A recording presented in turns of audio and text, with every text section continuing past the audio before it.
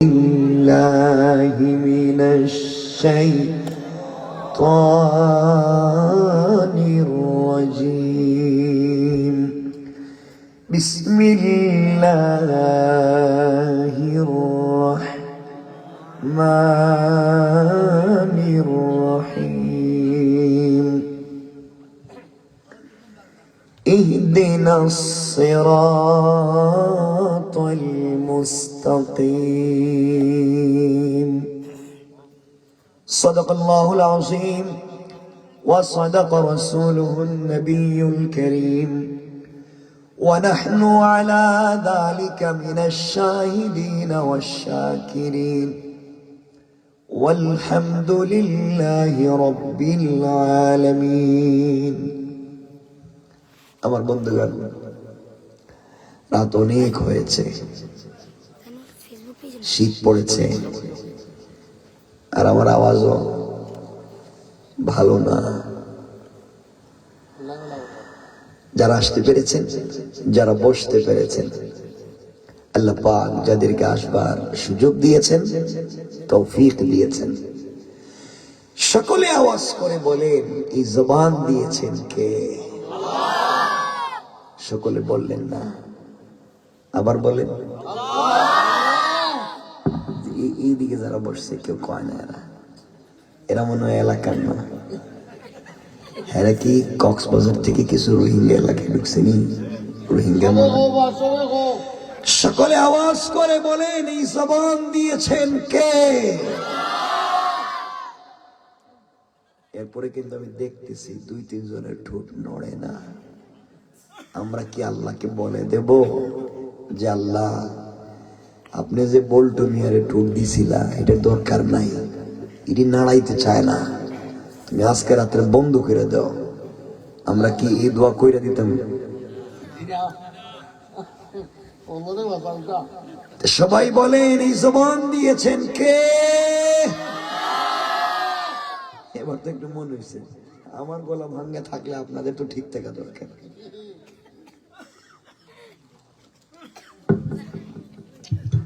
আমার সঙ্গে নামাজের দুরূদ পড়েন। আল্লাহুম্মা সাল্লি আলা মুহাম্মাদ ওয়া আলা আলি মুহাম্মাদ কামা সাল্লাইতা আলা ইব্রাহিম ওয়া আলা আলি ইব্রাহিম ইন্নাকা হামিদুম মাজিদ। اللهم بارك على محمد وعلى آل محمد كما باركت على إبراهيم وعلى آل إبراهيم إنك حميد مجيد. الحمد لله. ঐতিহ্যবাহী জনপদ সিলেটের ঐতিহ্যবাহী আখালিয়ার ঐতিহ্যবাহী ডলিয়া জামে মসজিদের উদ্যোগে আয়োজিত 2025-এর নবম বাৎসরিক তাফসীরুল কোরআন মাহফিলের সম্মানিত সভাপতি মোহাম্মদ দলাই মিয়া সাহেব, সভাপতি ডলিয়া জামে মসজিদ। প্রোগ্রামের আমার আগে যিনি কথা বলেছেন, সিলেটের জনপ্রিয় আলোচক, দারাজ কণ্ঠ, অনেক চমৎকার কণ্ঠে কথা বলছেন, ঠিক না? মজা লাগে শুনতে। দোয়া করি আল্লাহ যেন হায়াতে বারাকা দান করেন। প্রিয় ভাই পড়েন আমিন।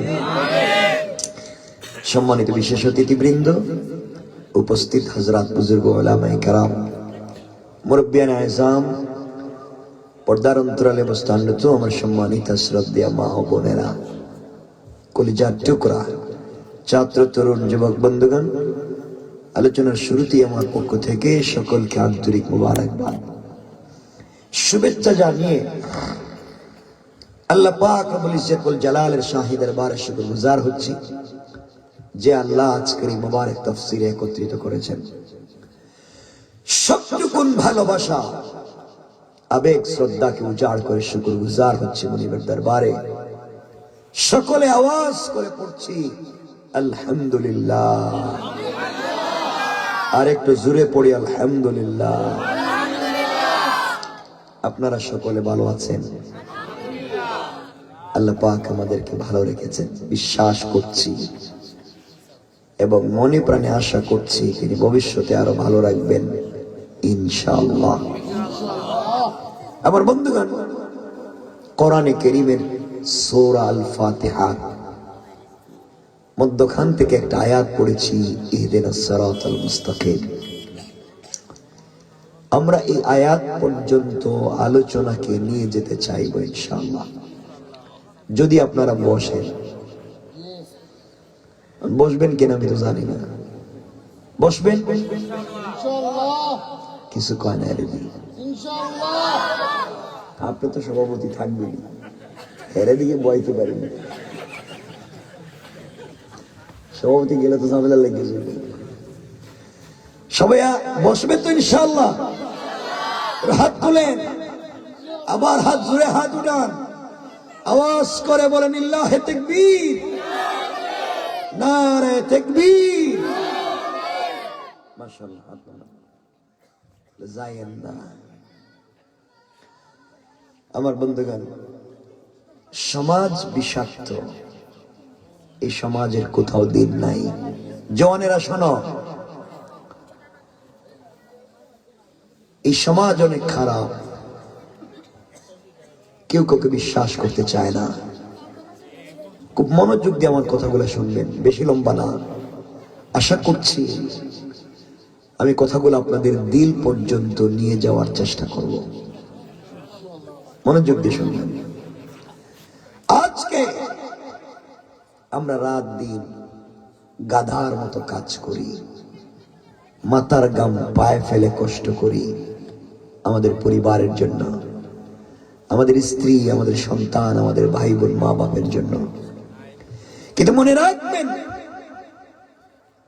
আপনি পুরা জিন্দগি মাথার গাম পায়ে ফেলে তাদের জন্য কষ্ট করলে তাদেরকে 100% আপনি খুশি করতে পারবেন না।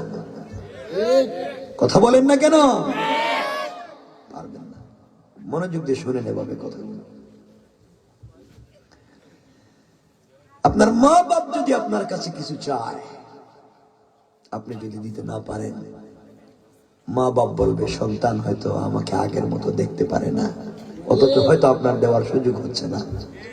ভাই বোন আপনার কাছে কিছু চেয়েছে, দিতে পারলেন না, তারা মনে করবে ভাই মনে হয় এখন বিয়ে করে শ্বশুর বাড়িতে সব দিয়া দেয়, এজন্য আমাদের দিকে আর তাকায় না। কথা বলেন না কেন? স্ত্রী আপনার কাছে কোনো জিনিস চাইছে, আপনি দিতে পারলেন না, স্ত্রী বলবে এখন তো ভাই বোন ছাড়া আপনি কিছু বুঝেন না, আমাদের কথা বাদ দেন। সন্তান আপনার কাছে কিছু চেয়েছে, দিতে পারলেন না, দেখবেন সন্তানও আপনার কথা শুনতেছে না। অথচ আমাকে বলেন তো, আমরা প্রতিদিন গড়ে কয় ঘন্টা ঘুমাই? সবাই বলেন না? 8 ঘন্টা গড়ে, রাত দিন মিলিয়ে 8 ঘন্টা ঘুমাই। 8 ঘন্টা দিনের কয় ভাগের 1 ভাগ? কথা বলেন না? সবাই বলেন কয় ভাগ? তাহলে অর্থ দাঁড়াচ্ছে আমি দিনের 3 ভাগের 1 ভাগ শুধু ঘুমাইলাম, কোনো কাজ করলাম না। কি করলাম? কোন কাজ করিনি। ইয়াং যারা আছো শোনো ভাই, তোমাদের কমন সেন্সের কাছে আমার প্রশ্ন, যাদের বয়স আজকে 60 বছর, 60, 3 ভাগের 1 ভাগ কত?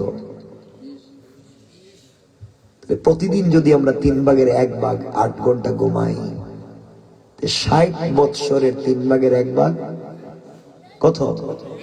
বলেন না কত? আমার জিন্দগিতে শুধু 20 বছর শুধু ঘুমাইছি, কোনো কাজ নাই, শুধু ঘুমাইলাম বেডে 20 বছর। আছে জিন্দগি কয় বছর? বলেন না? 40। এই 40-এ 20 বছর পড়ালেখা করতে করতে কমপক্ষে 20-22 বছর লাগে না? লাগে না? আরো 20 বছর পড়তে শেষ গেল, কত থাকলো? কত? এই 20 বছরের জিন্দগি নিয়ে কত ফুটা নেই। 40-এর পরে কোলেস্টেরল হয়ে যায়, ডায়াবেটিস হয়ে যায়, কত রোগ হয়ে যায়। এই 20 বছর বিয়ে করবেন, বাচ্চা হবে, ফ্যামিলি হবে, সংসার হবে, এদের নিয়ে কত কিছু করবেন, কিন্তু জিন্দগিতে 40 বছর তো চলেই গেছে। এই জন্য কথাগুলো বুঝেন। আল্লাহর ওয়াস্তে দুহাত জোড় করে বলছি, যেই পরিবারের পিছনে মাথার গাম পায়ে ফেলে গাদার মতো সময় দিচ্ছে, তাদেরকে খুশি করতে পারবেন না, কিন্তু আপনি চাইলে আল্লাহকে 1 সেকেন্ডে খুশি করতে পারবেন। আল্লাহ তাআলা কোরআনে কারীমের 28 নম্বর পারা সূরা আল মাআরিজ আল্লাহ বলছেন, ইয়াউমা তাকুনুস সামাউ কাল মুহল। গোলাম, যেই দিন আসমান বিগলিত তামার মতো ফুটা ফুটা হয়ে পড়বে, আসমান থাকবে না। ওয়া তাকুনুল জিবালু কাল আইহিন, যেদিন পাহাড়গুলো রঙিন সুতার মতো উড়ে যাবে, পাহাড়ও থাকবে না। ওয়ালা ইয়াসআলু হামিমুন হামিমা, কলিজার টুকরা বন্ধু পর্যন্ত বন্ধুর খবর নিবে না। যুবক, যার সঙ্গে 1 মিনিট কথা না বললে তোমার ভাল লাগে না, যার সাথে না থাকলে তোমার জীবন চলে না, যাকে ছাড়া তোমার জীবনের কোন অংশের চিন্তাই করতে পারো না, রব বলেছেন ওয়ালা ইয়াসআলু হামিমুন হামিমা, একেবারেই কলিজার টুকরা বন্ধু কাজে আসবে না। আল্লাহ বলছেন ইউবাসসিরুনহুম ইয়াওয়াদ্দুল মুজরিম লাউ ইফতাদি মিন আযাবি ইয়াউমিযিন বিবানিহি। আল্লাহ বলছেন কিয়ামতের দিনে, মুসিবতের সময় আল্লাহ ডাক দিয়ে বলবেন, গোলাম, তোমার আমল নামায় লেখা দেখি তুমি ঠিক মতো সালাত পড়নি, অপরাধ কি ছিল? গোলাম বলতেছে, আল্লাহ, আমি আমার সন্তানদেরকে ভালো একটা বাড়ি বানাইয়া দেওয়ার জন্য, ভালো একটা লাইফ তাদেরকে দেওয়ার জন্য, বেটার জিন্দেগি দেওয়ার জন্য, ভালো স্কুলে পড়াবার জন্য গাদার মতো কাজ করছি, ওভার ডিউটি করেছি, সময় মতো নামাজ পড়তে পারি নাই, শুধু বাচ্চাদেরকে ভালো লাইফ দেওয়ার জন্য। আল্লাহ, যে বাচ্চাদেরকে আমি জিন্দেগিতে ভুলে যাই নাই, আমার মনে হয় না আজকে কিয়ামতের এই মুসিবতের দিনে আমার বাচ্চারা আমাকে ভুলে যাবে। এত কিছু তাদের জন্য করছি। আল্লাহ বলবেন, সন্তানদেরকে ডাক দাও, ইয়াউমিযিন বিবানি, আজকের দিনে ডাক দাও। সন্তানকে ডাকা হবে। সন্তান আল্লাহর সামনে দাঁড়ায় বলবে, আল্লাহ, এই যে লোকটা বাবার পরিচয় নিয়ে দাঁড়িয়ে আছে, আল্লাহ, এই চেহারার কোন মানুষ আমাদের বাপ ছিল না। বিশ্বাস হয়? কথা বলছেন না? আরে কথা বলেন না কেন? বিশ্বাস হয়? সন্তান বলবে, চেহারার কোন মানুষ আমার বাপই ছিল না। আল্লাহ বলবেন, তোমার আমল নামায় লিখা, তুমি সুদে টাকা আনছো, কি করছো টাকা দিয়া? আল্লাহ, বউ অর্নামেন্টস জুয়েলারি চায়, বউ বলছে পাশের বাড়ির দুলাভাইয়ের ঘর কত সুন্দর, তোমার ঘরে হোয়াইট ডোর নাই, আলমারি নাই, এয়ার কুলার নাই, এয়ার কন্ডিশন নাই। আল্লাহ, বউর কথায় ঘরকে সাজাবার জন্য আমি সুদে টাকা আনছি, শুধু বউকে খুশি করতে। আল্লাহ, যে বউ আমি শুয়ে পড়লে আমার শরীরে একটা মশা বসতে দিত না, আমাকে তো ভালোবাসতো, যার জন্য এত কিছু করছি, আজকের দিনে সে আমাকে ভুলে যাবে না। আল্লাহ বলছেন, ও সাহিবাতিহি, স্ত্রীকে ডাক দাও। স্ত্রী আসবে, আল্লাহ কি বলবে, আল্লাহ, এই যে যুবক দাঁড়িয়ে বলতেছে আমার স্বামী, আল্লাহ, আমি জিন্দেগিতে কোন ছেলেকে বিয়াও করি নাই,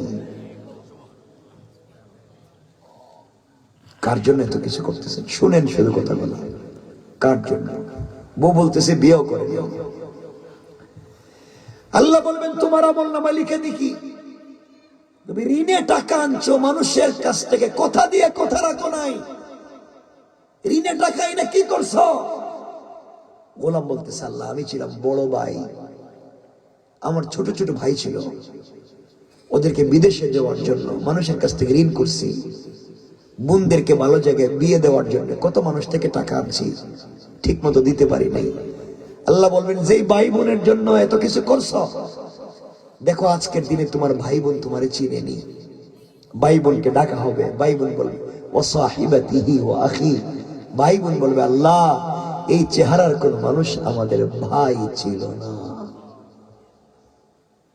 বিশ্বাস হয়? কথা বলে না কেন? বিশ্বাস হয়? কেউ কারণ কথাগুলো বুঝেন তো, এগুলা বুঝলে সামনে কি বুঝাতে চাই বুঝবেন। এবার আল্লাহ বলবেন, গোলাম রে, তোমার আমল নামায় লিখা দেখি তুমি চান্দাবাজি করেছো, আরেকজনের বাজারে দোকান দখল করেছো, জমি দখল করেছো, ব্যাপার কি? গোলাম বলবে, আল্লাহ তাআলা আমি তো করি নাই, আমার দলের লিডার আমাকে বলছে তুই দখল কর, আমি তোর পিছনে আছি। এর মাথায় বাড়ি দে, মামলা হলে আমি আছি, হামলা হলে আমি আছি। গোষ্ঠীর মুরব্বী বলছে আমি তা করছি। আল্লাহ আল্লাহ জবাব দিচ্ছেন, ওয়া ফাসিলাতিহিল্লাতী তুউই। আল্লাহ আমি তো কিছু করিনি, আমার দলের লিডার কইছে। লিডারকে ডাকা হবে। লিডার বলবে, আল্লাহ আমি তো কোন দলের কর্মী ছিলাম না, লিডার হইলাম কোন দিন? কিছু বুঝেন আমার কথা আপনারা? এভাবে কথাগুলো বুঝেন। তাহলে বুঝাতে চাচ্ছি, কেউ আপনাকে আমাকে চিনবে কিয়ামতের দিনে? কথা বলেন, সবাই বলেন, চিনবে? কেউ না। আল্লাহকে কি দিয়ে খুশি করা যায়, এই কথাগুলো বুঝলে সামনে আমরা মূল আলোচনা যাব। আবার মুসলমান বন্ধুগণ, এবার কথাগুলো শুনেন কি বলতে চাই। আল্লাহ তাআলা জিবরিল আমিনকে যেদিন সৃষ্টি করলেন, জিবরাইল সৃষ্টি হয়ে যাওয়ার পরে আল্লাহকে ডাক দিয়ে বলছেন, আল্লাহ তাআলা আমি চাই আপনাকে সন্তুষ্ট রাখতে, পৃথিবীতে কোনোদিন আপনি আমার উপরে অসন্তুষ্ট হয়ে যান এমন কোন জিন্দেগি আমি চাই না। আল্লাহ ডাক দিয়া বলছেন, জিবরাইল আরশ, কুরসি, লৌহ কলম, আসমান জমিন যা সৃষ্টি করেছি, আর কিয়ামত পর্যন্ত আমি আল্লাহ তাআলা যা সৃষ্টি করতে চাই সব যদি একত্রিত করে আমার কদমে রেখে দাও, আমি আল্লাহকে, জিবরাইল তুমি সন্তুষ্ট করতে পারবা না। জিবরিল আমিন বলছেন, আল্লাহ আমি তো যে কোনো জিনিসের বিনিময়ে খুশি করতে চাই। আল্লাহ তাআলা বলছেন, জিবরাইল রে, কোন গোলাম যদি আমার কদমে সিজদায় পড়ে যায়, চোখের পানি ছেড়ে দেয়া, আমি আল্লাহ তাআলা ওই বান্দার উপরে খুশি হয়ে যাই। আরো জোরে পড়েন। এবার জিবরিল আমিন বলছেন, আল্লাহ তাআলা তা যদি সত্য হয়, এইবার আমি আপনার কদমে পড়ে যেতে চাই। এই বলে আল্লাহর কদমে জিবরিল আমিন সিজদায় পড়ে গেলেন। একদিন, দুই দিন না, আশরাফ আলী তানভী রাহমাতুল্লাহি আলাইহি মালফুজাতে লিখেন, কেউ বলেছেন 30,000 বছর, কেউ বলেছেন 30 লক্ষ বছর জিবরিল আমিন আল্লাহর কদমে সিজদা করলেন। দীর্ঘদিন সিজদা করবার পর আল্লাহ বলছেন, জিবরাইল এবার মাথা উঠাও। জিবরাইল মাথা উঠায় আর ডাক দিয়া বলছে, আল্লাহ তাআলা আপনার কাছে আমি জানতে চাই আপনি আমার উপরে খুশি হয়েছেন কিনা। আল্লাহ তাআলা বলছেন, জিবরাইল এই প্রশ্নের জবাব যদি জানতে হয় আরশে আজিমের দিকে একটাবার নজর দিয়ে তাকাও। জিবরিল আমিন আরশে আজিমের দিকে তাকাইয়া দেখে ওখানে লেখা আছে, লা ইলাহা ইল্লাল্লাহু মুহাম্মাদুর রাসূলুল্লাহ। জিবরিল আমিন বলছেন, আল্লাহ তাআলা 30 লক্ষ বছর সিজদা করেছি, আপনি আমার উপরে খুশি হয়েছেন কিনা আমি জানতে চাইলাম। আর আপনি কি না আমাকে দেখাইয়া দিলেন তাওহীদ আর কালিমা। আল্লাহ বলছেন, জিবরাইল রে, তোমার প্রশ্নের জবাব কিন্তু কালিমার ভিতরে রয়েছে। জিবরিল আমিন বলছেন, আল্লাহ তাআলা জানতে চাই কেমনে জবাব রয়েছে।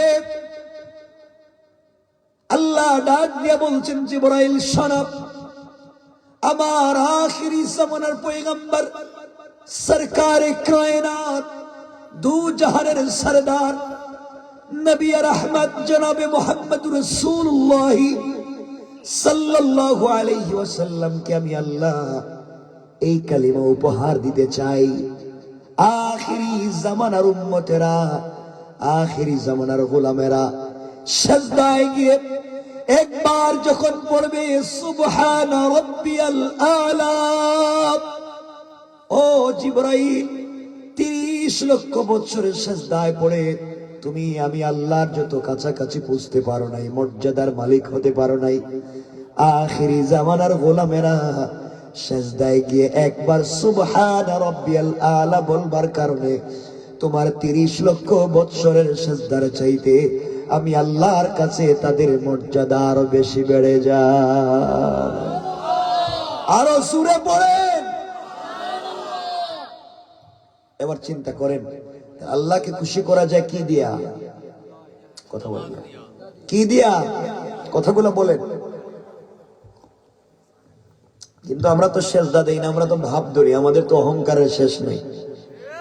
অহংকার আসেনি, কিছু কয় না দেখি। এই যে দেখেন কত মুরব্বী এখানে কত সুন্দর দাড়ি দুড়ি রেখে অলিয়া অলিয়ার মতো বসে রয়েছে, কত ভাল লাগতেছে। কিন্তু বাবা এখন তো আল্লাহর অলির মতো বসে রয়েছেন। এলাকায় সুদের কারবার করেন, ঘুষের কারবার করেন, পাবলিকের জায়গা জমি দখল করেন, আরেকজন আইল কাটছেন, নিজের মেয়ের সম্পত্তি না দিয়া ঠকাইছেন, সব শয়তানি নাফরমানি কইরা অলিয়া অলিয়ার মতো এখানে বসে রয়েছে। কথা বলে না কেন? কথা বলেন আছে না নাই? আপনাদের খারাপ লাগতেছে মনে হয়। সমাজ আপনি আমি নষ্ট করেছি। এই সমাজে অনেক লোক আছে 5 ওয়াক্ত নামাজ পড়ে, তাহাজ্জুদ পড়ে, এরপরে এলাকার সব থেকে বড় সুদের কারবারি আছে না নাই? নামাজ পড়তে কইছে কেডা আপনারে? নামাজও পড়েন, সুদও খান, নামাজও পড়ে ঘুষও খায়, নামাজও পড়ে আরেকজনের জায়গা নিজের নামে জাল বুয়া দলিল বানায়। এগুলো এলাকায় নাই? জুড়ে কোন, আরো জুড়ে। সমাজ কত নোংরা। তো এগুলা করে জান্নাতে যাবেন বলছে কে? সমাজ কত নোংরা। সমাজে এমন মুরব্বী আছে যারা এই সমাজের বিচার করে, পঞ্চায়েতের বিচার করে। পঞ্চায়েতের বিচার করতে গিয়ে 1 কাপ রং চা খাইয়া আর 500 টাকা হাতে নিয়ে এদিকের বিচার এদিকে দিয়া দেয়। আছে না নাই? জোরে বলেন আছে না নাই? 500 টাকা খেয়ে বিচার খাওয়া পালায়। দেখবেন কোন কাজ কাম করে না। কি সুন্দর লুঙ্গি আয়রন করা, শার্টও আয়রন করা, বিকেলে দেখা যায় 1000 টাকা দামের মাছ কিনছে। ও টাকা পাইলো কই? মহল্লায় 2 জন দিয়ে মাইল লাগাইছে। হেরে সকালে বুদ্ধি দিয়ে নিছে 500, হেরে বিকালে বুদ্ধি দিয়ে নিছে 500। কথা কয় না কেন? আমারে বলেনি বলে এলাকায় আছে না নাই? জোয়ানেরা জুড়ে বলো আছে না নাই? আর আজকালকে কিছু লোক আছে যেই যুবকেরা মুখে দাঁড়িয়ে রাখে, টাকনুর উপরে পায়জামা পরে, 5 ওয়াক্ত নামাজ পড়ে, তাদেরকে কিছু যুবক মানুষ আছে জঙ্গি সন্ত্রাসী বানাইয়া হামলা মামলা দিতে চায়। মনে রাখবেন, যারা নামাজি দিনদার বদ্র যুবকদেরকে সন্ত্রাস আর জঙ্গি বানাতে চায় তারা পিতৃ পরিচয়হীন হারামজাদা, হারামজাদা, হারামজাদা। ঠিক কিনা?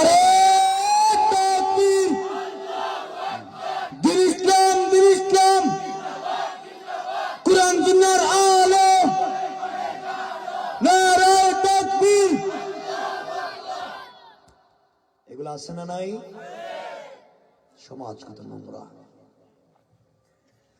আর আমাদের সমাজে কিছু রাজনৈতিক ব্যক্তি আছে যুবকদের হাতে কলম না দিয়া, যুবকদের হাতে শিক্ষার সরঞ্জাম না দিয়া, যারা যুবকদের যৌবনকে ধ্বংস করতে তাদের হাতে মাদক ধরিয়েছে, ফেন্সিডিল ইয়াবা দিয়েছে, অস্ত্র দিয়ে তার কর্মী বাহিনী বানিয়ে চাঁদাবাজি করতেছে। আমরা আবার যদি দাঁড়িয়ে যাই, যুবকের ঐক্যবদ্ধ হয়ে যদি তাকবীর দেয়, তারা ওই দেশ ছেড়ে পালাতে বাধ্য হবে। ঠিক কিনা বলে? এই জন্য মনে রাখবেন, যারা সমাজকে নোংরা বানাতে চায় জমিন থেকে দিনকে মুছে দিতে চায়, যারা আল্লাহর জমিনে আল্লাহর আইন ছাড়া ভিন্ন কোন ব্যক্তি বিশ্বাস প্রতিষ্ঠা করতে চায়, মনে রাখবেন এই জমিন আল্লাহর। এই জমিনে শুধুমাত্র কেবলমাত্র হুকুম চলবে আল্লাহ, ঠিক কিনা? যুবকেরা তোমরা কিছু কও, ঠিক নি? যুবক যে খারাপের খারাপ, হিডিজি বালারি কেরি আল্লাহ হে যে বালা। আমি দেখতেছি তো কতজনের মাথা দেখতেছি চুল কাটছে, বাংলা লিঙ্ক কাটে, এখানে নাই এখানে নাই এখানে নাই, সাইড কাটটা খালি করে মাঝখানে রেখে দিছে, মনে হয় সাইডে দিয়ে ছাগলে ঘাস খাইছে আর মাঝখানে জমা করে তুইছে। কথাগুলো দিল দিয়ে শোনেন আমার বন্ধুগণ। যে কথা বলতে চাই মনোযোগ দিয়ে শোনো, দু চারটা কথা যদি মনে রাখতে পারো। আমি যে কথাটা বলতে চাই সামনে, শুধুমাত্র একটা কথা আজকের আলোচনা থেকে মনে রাখবা, হাসবি আল্লাহ। কি বলছি? আবার বলো, সবাই বলো, আল্লাহ আমার জন্য যথেষ্ট।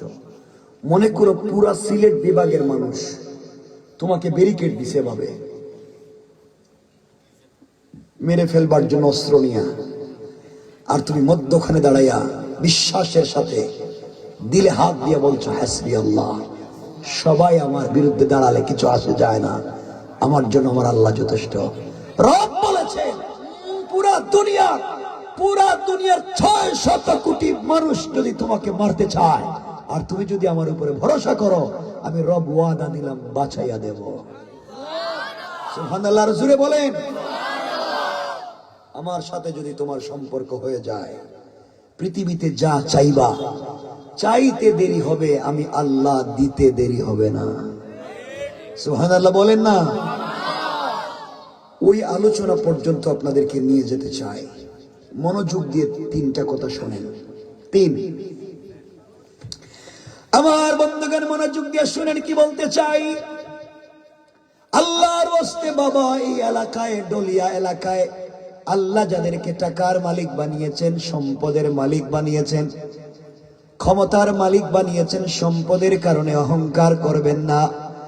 আপনি যদি সম্পদ আর ক্ষমতার কারণে অহংকার করেন, আমার আল্লাহ চাইলে 10 তলা থেকে থাবড়াইয়া গাছতলায় নামাইয়া দিতে আমার আল্লাহর 1 মিনিটও দেরি হবে না। কোন ঠিক কিনা? আর আপনি যদি অহংকার ছেড়ে দিতে পারেন, নিজেকে মাটির সঙ্গে মিশাইয়া দিতে পারেন, মাটির মানুষ যদি হয়ে যেতে পারেন, আমার আল্লাহ চাইলে গাছতলা থেকে, বাঁশতলা থেকে কান ধরে 10 তলার মালিক বানাইয়া দিতে আমার আল্লাহর 1 মুহূর্ত দেরি হবে না। কোন ঠিক কিনা? এই জন্য অহংকার কয় না, অহংকার করব, বলেন করব। আপনারা করেননি? আপনারা তো ফেরেশতা, ডাইরেক্ট ফেরেশতা। এরা কেমনে সামনাসামনি বসে মিথ্যা কথা কয়, চিন্তা করে ফেলেন। দেখবেন এলাকায় বেচারার আগে পয়সা পাতি ছিল না, এখন যেভাবেই হোক কিছু পয়সার মালিক হইছে। পয়সার গরমে এলাকার সাধারণ পাবলিকও ঠিক মতো চিনে না। আছে না নাই? অহংকার করবেন না, অন্যায় করবেন না। আমার কথা খারাপ লাগতেছে? আমি তো এখনো শুরু করিনি। একটু হাত তুলে দেখান কার কার খারাপ লাগতেছে, বলো নাকি? খারাপ লাগতেছে আপনাদের? অসুবিধা হইতেছে? হাত উড়াইলেন কেরে? আগে তো শুনবেন আমি কি কইতেছি। আমি আপনাদেরকে নিয়ে একটু বিনোদন করলাম, চিত্ত বিনোদন। ইসলামে হালাল, ইসলামে কথায় কথা চলে আসছে। আপনারা বলবেন বিনোদন হালাল কেমনে? এটা যদি না বলি আপনারা আবার অন্য ভুল চিন্তা করবেন। তাহলে আমি 1 মিনিটে বলে দিই, অসুবিধা নাই তো? আল্লাহ রসুল, বুখারী হাদিস, আল্লাহ রসুল ইসলাম একদিন জোহরের নামাজের আগে সাহাবায়ে কেরামকে বলছেন, আজকে সবাইকে আমি লাঞ্চ করাবো, জোহরের পরে সবাইকে আমি দাওয়াত খাওয়াবো। কে বলছেন? আল্লাহ রসুলে। কে বলছেন? ঘুমাইতেছেন নি আপনারা? ঘুমাননি? জোহরের নামাজের পরে সাহাবায়ে কেরাম বসে রয়েছেন, রাসূলের দাওয়াত খাওয়াবেন, কিন্তু কোনো খাবার তো নাই। ওমর জিজ্ঞাসা আলী রে, আলী নবীজি যে বললো খাওয়াইবো, খাবারের কোনো খবর আছে না? আমি জানি না ভাই, আমি বাড়িতে গেলাম, কারণ রসুলকে আমি কিছু জিজ্ঞেস করতে পারবো না, আমি তার মেয়ের জামাই। আল্লাহ রসুল বলছেন আমি বলছিলাম তোমাদেরকে দাওয়াত খাওয়াবো, এটা সত্য, খাবারও আছে, এটা সত্য।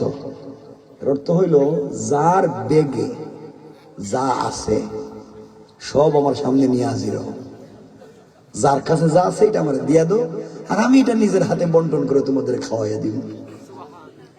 সুবহানাল্লাহ কি কালকে বলবেন নাকি? সাহাবায়ে কেরাম খেজুর খুরমা যার কাছে যা ছিল সব জমা করে রসুলের কাছে দিয়েছেন। রসুলের ডাইন পাশে এখানে বসছেন হযরতে আলী, এখানে হযরতে ওমর গুল হইয়া বসছেন। তো রসুল সবাইকে এক একটা করে খেজুর দিতেছেন, 2, 4, 5টা করে দিতেছেন, আর বলছেন গল্প বলবো, কে কি স্বপ্নে দেখছো আমাকে বলো, আমি ব্যাখ্যা দিব, আর আজকে আমি তোমাদেরকে গল্প বলবো। সবাই খেজুর খাচ্ছে, হঠাৎ রসুল খেজুর থুইয়া দাঁড়াইয়া গেলেন আর বলছেন, শোনো সাহাবীরা, তোমাদের লজ্জা নাই যে আমি রসুলের সামনে পেটুকের মতো খাইতেছো? এভাবে কি মানুষ খায়? সাহাবায়ে কেরাম চিন্তা করলেন, কি রে, রসুলের সামনে লজ্জায় তো এমনি কিছু মুখেই যায় না, আর পেটুকের মতো খায়, মানে পেটুক মানে কম খায়, কথা কয় না দিই। আপনারা কি কোন, পেটুক কোন না রাক্ষস কোন? রাক্ষো, জায়গা মতো পাইছি। আল্লাহ রসুল বলছেন তোমরা এমন পেটুক, এভাবে কি মানুষ খায়? সাহাবায়ে কেরাম বলছেন, ইয়া রাসূলুল্লাহ, কে খাইছে? নবীজি বলছেন, যার সামনে যত বেশি খেজুরের দানা, খেজুরের বিচি বেশি, বুঝবা হ্যাঁ খাইছে বেশি, এ পেটুক, রাক্ষস। সাহাবায়ে কেরাম খুঁজতেছেন, তোমার কামটা করলো কে রসুলের সামনে? লজ্জায় তো মুখেই কিছু দেই না। খুঁজতেছে, খুঁজে খুঁজে দেখে আলীর সামনে এতগুলো বিচি। ওমর দাঁড়ায়, আলী, একে তো তুমি বেটে, বেটে মানে লম্বা না খাটো, একে তো বাচ্চা, তার মাঝে এত বেশি খেজুর খাইছে, লজ্জা শরম নাই? সব সাহাবীরা আলীর দিকে থেকে হাসতেছে। আলী চিন্তা করে, কামটা তো আমি করলাম না, খেজুর তো আমি খাই নাই, এই কামটা করলো কে? আমার এই বিপদে ফালাইছে কে? আমি তো এই খেজুর গুলা খাইনি। যদিও হাদিসটা সহিহ না, রাসূল বলেছেন, আনা মাদিনাতুল ইলমি ওয়া আলিয়ুন বাবুহা, আমি হচ্ছে জ্ঞানের রাজ্য, আর এই রাজ্যে প্রবেশের দরওয়াজা হযরতে আলী। সুবহানাল্লাহ, জোরে পড়েন। আলী তো ছেড়ে দেওয়ার লোক না। আলী দাঁড়াইছে, দাঁড়ায়, ভাই তোমরা তো আমার লজ্জা দিতেছ, আমি খেজুর খাইছি এতগুলো বিচি, তোমরা কি জানো আমার চাইতেও বড় রাক্ষস এখানে আছে? সুবহানাল্লাহ বললেন। সাহাবায়ে কেরাম বলেন, তোমার চাইতে রাক্ষস আর কে এখানে? কেউ তো নাই, বলো তো কে? আলী বলছে, আমি তো খেজুর খাইয়া বিচি রাখছি, এমনও পেটুক এখানে আছে, খেজুর খাইছে বিচিও খাইছে। সুবহানাল্লাহ বলেন না? মানে যার সামনে তোমরা দেখবা বিচি নাই, মনে করবা হে বিচি শুদ্ধ খাইছে। সুবহানাল্লাহ, জোরে বলেন না? সাহাবায়ে কেরাম খুঁজতে লাগলেন, এই কামটা করলো কে, বিচি শুদ্ধ খাইলো। খুঁজতে দেখে রাসূল পাক সাল্লাল্লাহু আলাইহি ওয়াসাল্লামের সামনে একটাও বিচি নাই। রাসূল কি বিচি শুদ্ধ খাইছে? না, রাসূল খেজুর খাইয়া বিচিগুলা আলীর সামনে রেখে দিছে। সুবহানাল্লাহ বলেন না? কি বিনোদন করলেন, অথচ শ্বশুর আর জামাই, কি ভালোবাসা, নিজে খাইয়া বিচি রেখে দিছে, আলীর একটু লজ্জা দিল। এটা হচ্ছিল রাসূল পাকের সময় বিনোদন, শ্বশুর আর জামাই। আর আমাদের দেশের শ্বশুর আর জামাই কারবার কেমন? ধরেন শ্বশুর আর জামাই এই রাস্তা দিয়ে যাইতেছে, কিছু দূর যাওয়ার পরে জামাই কো, আব্বা কি হইছে? আমার যে ঠান্ডা লাগতেছে, আপনার কাছে বিড়ি আছে, তুমি একটা সিগারেট দাও, আমি ওর দেখ খাইয়া তোমার দিতেছি। দুজন সিগারেট ধরাইয়া লঙ্গি উল্টাইয়া আর মমতাজের গান ধইরা গলায় গলা লাগে দুলাভাইয়ের মতো হাঁটতেছে। কথা বলেন না কেন? ঠিক কিনা? এই যে আমাদের অবস্থা, সমাজ কত মজা। খারাপ পাইতেছেন আমারে? আমরা কি সামনে কিছু কথা বলবো? এজন্য 1 নাম্বার অহংকার করা যাবে। এ ভাই, এই যে লাল, হ্যাঁ এই যে মুখ খুলছো, অনেক মানুষের মধ্যে যদি কেউ মুখ ঢেকে রাখে, এটা দিস ইজ ক্রাইম, এটা ক্রাইম। মুখ ঢাকা যাবে না। মানুষ মনে করবে এতগুলা মানুষের মধ্যে মুখ ডাকছে কেন? যাক, আমার দিকে তাকান, এটা একটা কথা বললাম। আমার বন্ধুগণ, কথাগুলো শুনেন, মনোযোগ দিয়ে শুনেন। তাহলে অহংকার করা যাবে। পরিবারকে সুন্দর করা দরকার আছে নি? কিছু কয় না দিকে? কেমনে করবেন? আগেকার মায়েদের ঘর থেকে শাহজালাল, শাহপরান, জুনাইদ বুগদাদি, আব্দুল কাদের জিলানী, মুঈনুদ্দিন চিশতি, এমন মায়েরা, এমন ছেলেরা জন্ম নিত। আর আজকালকে এমন ছেলেরা মায়েদের ঘর থেকে জন্ম নেয়, পাহাড়ের সিপায় রাত্রে দাঁড়াইয়া কয়, হুজুর জাহাজে দিয়া দেন। কথা বলেন না কেন? জাহাজে দিয়া দেন। এই তো শিখছে। সমাজ নোংরা। এই জন্য আমরা চাই কি আমাদের পরিবার থেকে ভালো মানুষ জন্ম নিক? চাই, চাই। এই জন্য কি করা লাগবে? পরিবারকে সুন্দর করতে হবে। কি করতে হবে? কেমনে করবেন? স্বামী স্ত্রীর সম্পর্ক ভালো করা লাগবে। ইনশাল্লাহ, ইনশাল্লাহ করলাম। জোরে বলেন। স্বামী স্ত্রীর সম্পর্ক ভালো করার প্রথম পদ্ধতি হচ্ছে, স্বামী বউরে, বউ স্বামীরে সালাম দিবে। একজন আর একজনে দেখা হইলেই সালাম দিবে। কি দিবে? আপনারা বউরে সালাম দেন? মিথ্যা কথা কইেন না। দেন না কেন? আপনি কি তার একজনে বিয়ে করছেন? হেরা কি তা কেউ বিয়ে করে না? সালাম দেন না কেন? কেন দেন না? কিছু কয় না দেখি। হ্যাঁ, আমার ইমাম সাহেব খুব ভালো মানুষ, শরম লাগতেছে। বউরে সালাম দিলে শরম করে, আর বউরে ফিরেইবার সময় শরম কই যায়। ওই দিন শুনলাম না, একজনে বউরে ফিরাইতেছে, মারতে মারতে কইতেছে, তুই আমার আব্বা কোন এলে ছাড়তাম না। চিন্তা করছেন? বউ মায়ের খাইতে খাইতে বলতেছি, তুই আমার বাপ, তোর ফায় ধরে এবার ছেড়ে দেয়। বন্ধু বান্ধবের কাছে গিয়ে বলতেছে, তোমরা আমার সিনোনিমি কেন? আমি কিন্তু বউরে বাপ ডাকাইয়া দিছি। শয়তান আল্লাহর জি, আল্লাহ আমারে শয়তান বানাইছিল কে রে? তোমার আমারে শয়তান মানে লাভ হয়েছে কি? আমি তো জিন্দগিতে বউরে বাপ ডাকাই নাই। কথা বলেন না কেন? আপনারা কোনোদিন শুনছেননি যে শয়তানে তার বউরে বাপ ডাকাইছে? হে শয়তান, হে নিজের বউরে বাপ ডাকাইয়া মসজিদে তসবিহ পড়তেছে, সুবহানাল্লাহ সুবহানাল্লাহ। আল্লাহ কই, শয়তান বউরে বাপ ডাকাইয়া নামাজ পড়তে আইছিস। এগুলো করা যাবে না। স্বামী স্ত্রী সম্পর্কে সুন্দর করেন ইনশাআল্লাহ। জোরে বলেন ইনশাআল্লাহ। তাহলে সালাম দিবেন। কিছু কয় না। আল্লাহ রাসূল বলছেন, যেই করে স্বামী স্ত্রীকে, স্ত্রী স্বামীকে মুহাব্বত করে, আওয়াজ করে, ভালোবেসে একজন আর একজনকে সালাম দেয়, আল্লাহ এই ঘরে 100 থেকে 300টা বারাকাতের দরওয়াজা খুলে দেন। আম্মা জান আয়েশা বলেন, যে ঘরে স্বামী স্ত্রীকে, স্ত্রী স্বামীকে মুহাব্বত করে, আওয়াজ করে, হাসি হাসি সালাম দেয়, তাদের হার্ট, কিডনি, লাংস, লিভারে যদি কোনো রোগ থাকে, আল্লাহ তা থেকেও তাদেরকে মুক্ত করে দিবেন। এই আওয়াজে না জুড়ে পড়েন। আম্মা জান আয়েশা বলেন, এই হাদিস রাসূল বলবার পরে আমি ঘরের দরজার চিপায় দাঁড়াইয়া থাকি, পর্দার আড়ালে দাঁড়াইয়া থাকি, নবীজি যেন আমারে দেখতে না পান। তিনি ঘরের দরজায় এসে আমার না পাইয়া আয়েশা বলে ডাক দিবেন, আর আমি ঘরের দরজার চিপা থেকে বাইর হইয়া স্বামীকে জড়াইয়া ধরে কপালে চুম্বন দিয়া সর্বপ্রথম আমি আমার স্বামীকে সালাম দিব। কিন্তু আম্মা জান আয়েশা বলছেন, আমার জিন্দগিতে পারলাম না, কোনোদিন নবীজিরে সালাম দিতে পারলাম না, বরং নবীজি ঘরে আসার অনেক দূর থেকে আমার সালাম দিতেন।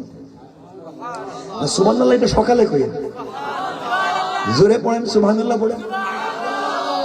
এখন বলেন, নবীজি যদি নিজের বউরে সালাম দিতে পারছেন, আপনারা পারবেন না? কিছু কয় না। সালাম দিবেন তো?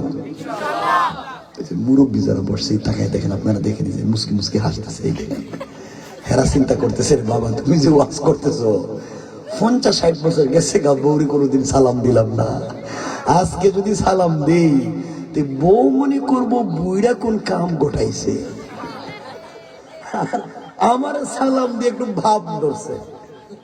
এমন যাই মনে করুক, আপনি সালাম দিবেন, এটি শেষ কথা। ইনশাল্লাহ কোন জোরে কোন, তাহলে আজকেই স্টার্ট। সালাম দিবেন বাসায় গিয়া, নাইলে কিন্তু ওয়াজরে পাল্টাইয়া দিব, সময় আছে কিন্তু ওয়াজরে পাল্টাইয়া দিব। ওই দেখেন ঘরের রান্না বাড়ি বউ করে, ঘর বউ মুছে, বাথরুম পরিষ্কার বউ করে, হাঁস মুরুখ থাকলে তাও দেখে, আত্মীয় স্বজন আসলে তাও দেখে, কেউ অসুস্থ হইলে তাও দেখে, বাচ্চা কাচ্চা থাকলে তাও দেখে, সব বউ দেখে। আমি হেই ওয়াজ করবো, ঘর মুছে দিবেন আপনি, বউর কাপড় ধুইয়া দিবেন আপনি, রান্না বান্না করবেন আপনি, বউরে খাওয়াইয়া দিবেন আপনি, এমনকি ছোট যদি বাচ্চা থাকে কুলে নেওয়ার হেডের দুধও খাওয়াইবেন আপনি, কুত্তেকে খাওয়াইবেন আপনি জানেন। এখন বলেন আমি কি হেই ওয়াজ শুরু করতাম না সালাম দিবেন? যে কোনো একটা পদ্ধতি এক সাইড বলেন, সালাম দিবেন না এগুলা কইতাম? কিছু কয় না। বউ তো ঘর থেকে শুনতেছে, ঝামেলা লেগেছে, আগে আগে কয়া ফেলাম, সালাম দিবেন, কিছু কয় না। এই দেখেন ছোট ছোট বাচ্চারা ইনশাল্লাহ কইতেছে, এটির বিয়ে করতে আরো 30 বছর বাকি। আমি এর বাপরে ওয়াজ করতেছি, আমি এর বাপরে ওয়াজ করে বুঝাইতে পারতেছি। হে আমার ইনশাল্লাহ বলেন, সালাম দিবেন, আওয়াজ করে বলেন ইনশাল্লাহ। আজকে রাত্রে প্র্যাকটিস, আজকে রাত্রে ডলিয়ার ওয়াজ থেকে বাসায় গিয়ে ঘরের দরজায় দাঁড়াইয়া বলবেন, বউ আসসালামু আলাইকুম ওয়া রাহমাতুল্লাহ। বউকে বৌমা বুড়ারে আজকে রাত্রে কোন বুথে ধরছে? আপনি বলবেন কোন বুথে ধরে নাই, হুজুর এই মাত্র ওয়াজ করছে ডলিয়া, আমি সুন্নত আদায় করছি ইনশাআল্লাহ। যারা ইনশাআল্লাহ কইতেন না আর উঠবেন, মনে করবো হয়তো আপনি বউরে ফিডান, নাইলে বউ আপনারে ফিডে, নাইলে খুইবেন না। কিন্তু আজকালকে তো জামাই বউরে ফিডে না, বউয়ে জামাইরে ফিডে। কথা কন না কেন? এটা আপনারা জানলেন কেমনে? এত জোরে ঠিক কইলেন যে, মানে তাহলে ঘরের ভিতরে ঝামেলা আছে। আমার বন্ধুগণ, ঘরকে যদি সুন্দর করতে চান, স্বামী স্ত্রী একে অপরকে সালাম দিবেন, মোহাব্বত পয়দা করে দিবে কে? আর যদি চান যে আমার হায়াতে বরকত হোক, সুস্থ থাকি, আমার পরিবারে শান্তি আসুক, এবং স্বামী স্ত্রীর কেমিস্ট্রি যদি এমন হয়, ফিলিংসটা যদি এমন হয় যে দুজন ভদ্র শান্ত, তাহলে আল্লাহর রসুল বলছেন তাদের প্রত্যেকটা শ্বাসে 100 বছরের হায়াতের বারাকা হয়ে যায়। তাইলে মাঝে মাঝে আম্মাজান আয়েশা বলেন, আমাদের ঘরে ওয়াইড ছিল না, এয়ার কুলার ছিল না, এয়ার কন্ডিশন ছিল না, টাইলস ছিল না, সিরামিক ছিল না, আমাদের ঘরে কিচ্ছু নাই, প্রেম মুহাব্বত আর ভালোবাসা ছিল ভরা। এই জন্য একই বিছানায়, ভাঙ্গা বিছানায় ঘুমাইয়া, ভাঙ্গা কম্বলে ঘুমাইয়া জিবরিল আমিন 24,000 বারের বেশি এই ঘরে হাজির হয়েছে। আর আমাদের দেশের স্বামী স্ত্রী একই রুমে ঘুমায়, একই বিছানায় ঘুমায়, একই বেডে ঘুমায়, বউ পশ্চিম দিকে মুখ দিয়া আর স্বামী পূর্ব দিকে মুখ দিয়া, আর মধ্যখানে ব্যারিকেড দিয়ে কুলবালিশ দিয়া। মানে এটা ইউক্রেন, এটা রাশিয়া, আর কুলবালিশ হইল বর্ডার। কথা বলেন না কেন? কেউ কারোর সাথে কথা কয় না, কেউ কারোর সাথে কথা কয় না। এটা কোনো পরিবার হইবে? আমি কি সব ভুল কথা কইতেছি? এই ছেলেরা কথা বলবে না। এই জন্য পরিবারকে সুন্দর করেন। মাঝে মাঝে নিজের বউরে, মানে নিজের স্ত্রীরে মাঝে মাঝে মহব্বত করে ভালোবেসে মুখে উঠাইয়া খাওয়াইয়েন। হ্যাঁ, এরা মনে করতেছেন বানাইয়া কইতেছি মনে হয়। অত সময় তিরমিজিতে আম্মাজান আয়েশা বলেন, আমি নবীজির ঘরে আসার পরে আমার মনে পড়ে না আমার হাত দিয়ে কোনোদিন খাবার খাইছি। পুরা জিন্দগি নবীজি আমার খাওয়াইয়া দিছেন, আমি নবীজিরে খাওয়াইয়া দিছি। নবীজি আমারে কাপড় পরাইয়া দিতেন, নবীজি আমারে কুলে করে ঘুম পাড়াইয়া দিতেন, নবীজি আমাকে গল্প শোনাইতেন, নবীজি মাঝে মাঝে আমাকে শুয়ে শুইয়া আমাকে অনেক সুন্দর সুন্দর কথা বলতেন। আমরা একই কম্বলে ঘুমাইতাম, একসাথে থাকতাম। এটা রাসূলের কথা। তো রাসূল যদি তার স্ত্রীর মুখে উঠিয়ে খাওয়াইতে পারছেন, আপনি কোন বল্টু যে আপনি আপনার বউরে খাওয়াইতে পারবেন না? খাওয়াবেন? হ্যাঁ, হাদিস বলছি তো, বানাইয়া না, ইনশাল্লাহ কন। এরা সব পারে, পুরা সমাজের মানুষের সাথে ভদ্র হাসি খুশি কথা কয়, গড়ে যাওয়ার পরে আর ভাল লাগে না বউরে। যাই হোক, স্ত্রীর মুখে উঠে খাওয়াবেন ইনশাল্লাহ। একটু জোরে কন। আওয়াজে মনে হইতেছে খাওয়াইতে পারবেন না। আপনার হাতের খাবার বউ খাইতো না, কারণ বউ মনে করবো বুড়া মনে হয় বিষ খাওয়াইতেছে রে, আরেকটা বিয়ে করতে চাইতেছে। যাই মনে করো, জোয়ানেরা তোমরা বিয়ে করলে বউরে মুখে উঠে খাওয়াইও, সবাই বলেন ইনশাল্লাহ। আপনাদের আওয়াজে মনে হইতেছে আপনারা নিজেরা নিজের স্ত্রীর মুখে উঠে খাওয়াইতে পারবেন না। আপনারা মুখে উঠাইয়া মুহাব্বত করে ভালোবেসে খাওয়াইতে পারবেন ওই পাশের বাড়ির ভাবি। ঠিক চালাক হয়ে গেছে, ঠিক কয় না এখন, কোন ঝামেলা নেই, সভাপতি ঠিক কইতেছে, আমি যাইতাম। এটা আবার ঠিক হইলে তো সভাপতি উল্টো হয়ে যাবে। নিজের বউরে মুখে উঠে খাওয়ায় না, পাশের বাড়ির ভাবিরে তার ভাল লাগে। আছে না নাই? এই ছেলে, এই উঠছো কেন? কাছে আসো, কাছে আসো, আসো আর আসো। আমি বললে তো কাছে আসতে পারো না, আমি ডাকলে তো আসতে পারো না। আমি বলছি কাছে আসো, পাশে থাকো, বুকে আসো, আমার কথা তো শুনবা না। আর গার্লফ্রেন্ড করে তো এবার কলজা খুলে দিয়ে দিবা। আসো, কাছে আসো, আসো, সবাই আসো। কে উঠবা মনে করবো ঝামেলা আছে তোমার মোবাইলে। বসো, মাশাআল্লাহ। এখন কিছু কথা কম দরকারি। আমার বন্ধুগণ, এই যে এতক্ষণ কথা বললাম পরিবারকে সুন্দর করার, পরিবার যদি সুন্দর হয়ে যায়, আল্লাহর সাথে যদি সম্পর্ক হয়ে যায়, তাহলে আমার কথা ছিল এটাই যে রবের কাছে যা চাইবো দিবেন কে? আরো জোরে বলেন কে? খুব মনোযোগ দেবার শুনে, শুধু শুনতে থাকেন। ভাই, পৃথিবীর কারোর সাথে সম্পর্কের দরকার নাই, আল্লাহর সাথে সম্পর্ক করো, সব পেয়ে যাবে। কিছু কইবানি? হ্যাঁ, 12টা হয়েছে কিন্তু বেশি লম্বা করাও দরকার নেই, রাখিয়া দিতাম নি, কইতাম নি। হ্যাঁ, মজা লাগে, মজা লাগার জন্য তো কইতাছি না, আমলের জন্য কইতাছি।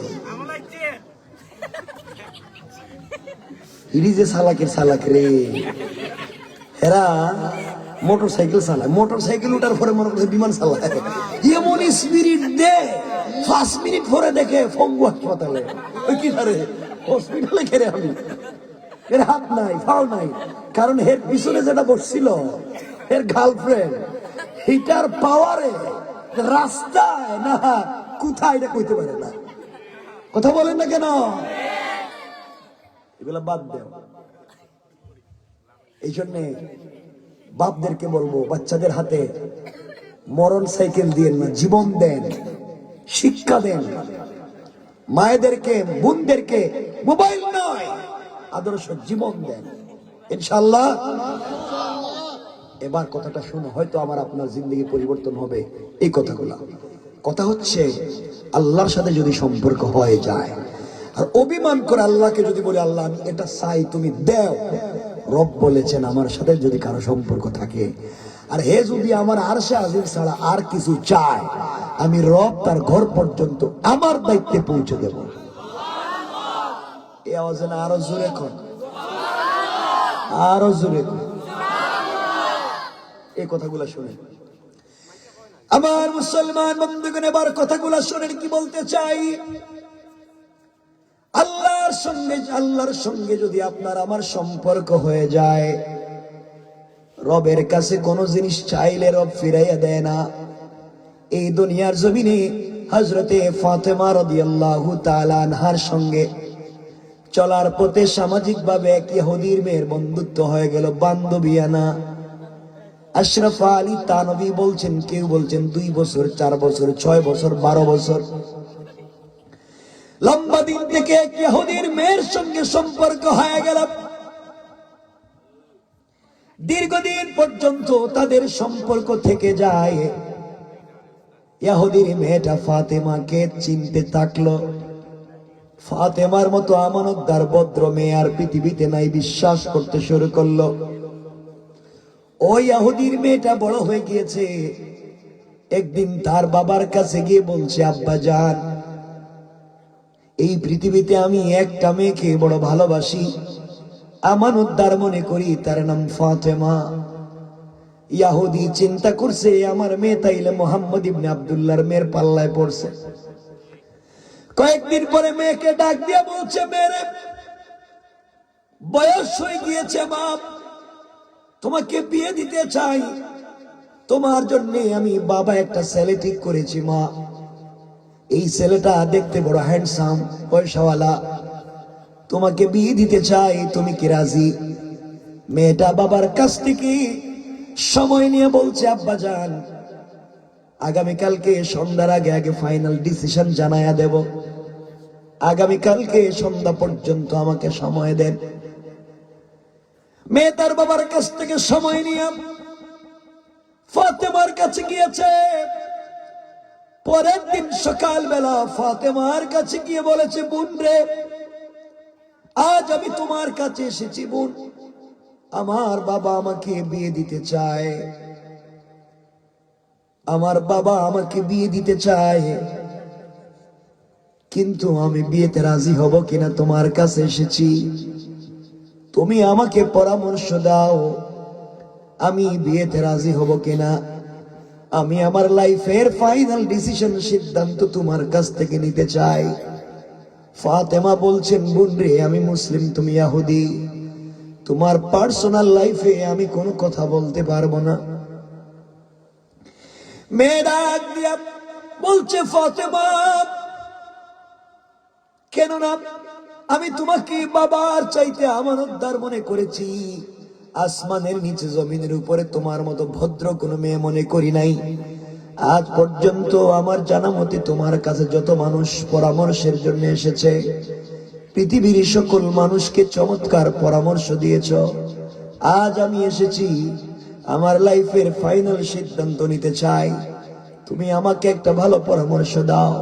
ফাতেমা বলছেন, বোন রে, পৃথিবীর কোন বাবা চায় না তার মেয়ে কষ্টে থাকুক, পৃথিবীর সকল বাবারাই চায় মেয়েটা স্বামীর করে সুখে থাকুক। আমার মন বলছে, তোমার বাবা তোমার জন্য যে ছেলে ঠিক করেছে, বিয়েতে রাজি হয়ে যাও। মেয়ে ডাক দিয়া বলছে, ফাতেমা, আমি রাজি হতে পারি, আপত্তি নাই, কিন্তু আমার একটা শর্ত আছে। বোন রে, আমার শর্ত হলো, তুমি যদি আমার বিয়েতে যাও, আমার পাশে বসে আমার মাথায় হাত রেখে আমার জন্য কল্যাণের যদি দোয়া করো, আমার জন্য কল্যাণ কামনা করো, তাইলেই শুধুমাত্র আমি বিয়েতে রাজি হতে পারি।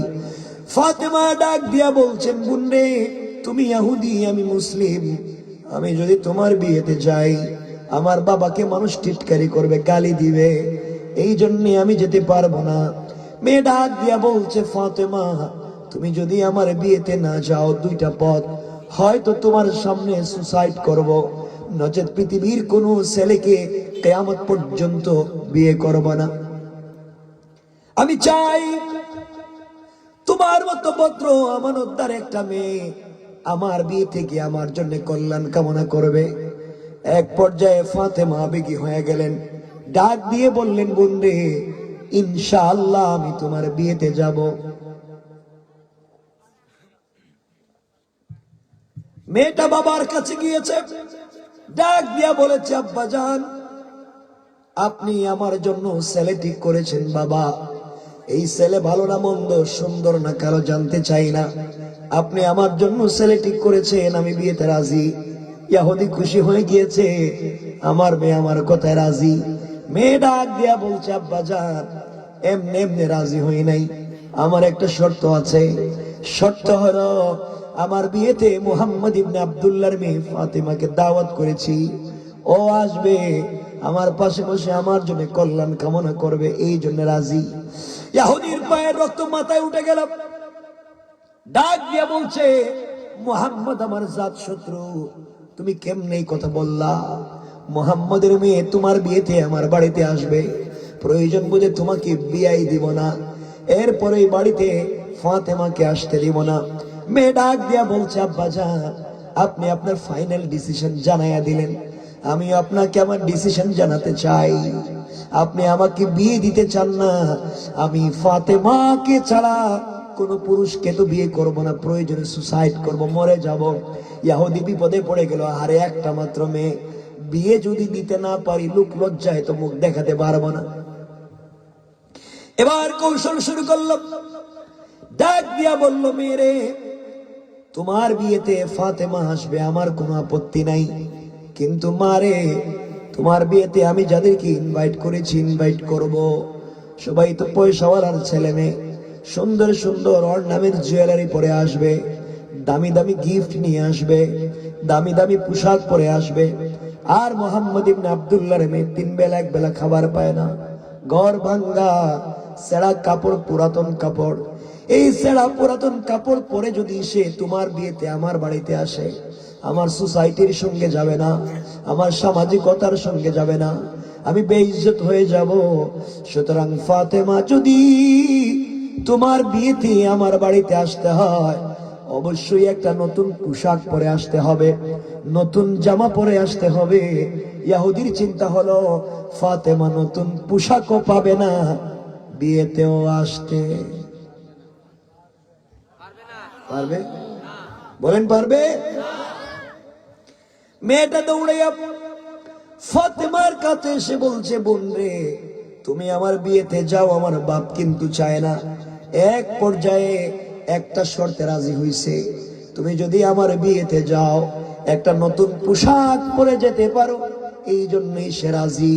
ফাতেমা চোখের পানি ছেড়ে কান্দেন আর বলেন, বোন রে আমি এমন এক বাবার ঘরে জন্ম নিয়েছি, যেই বাবা আমাকে 3 বেলার খাবার দিতে পারে না, মাসের পর মাস যায় ঘরের চুলায় আগুন জ্বলে না, খেজুর খায়া খায়া রাত দিন কাটাইয়া দেই।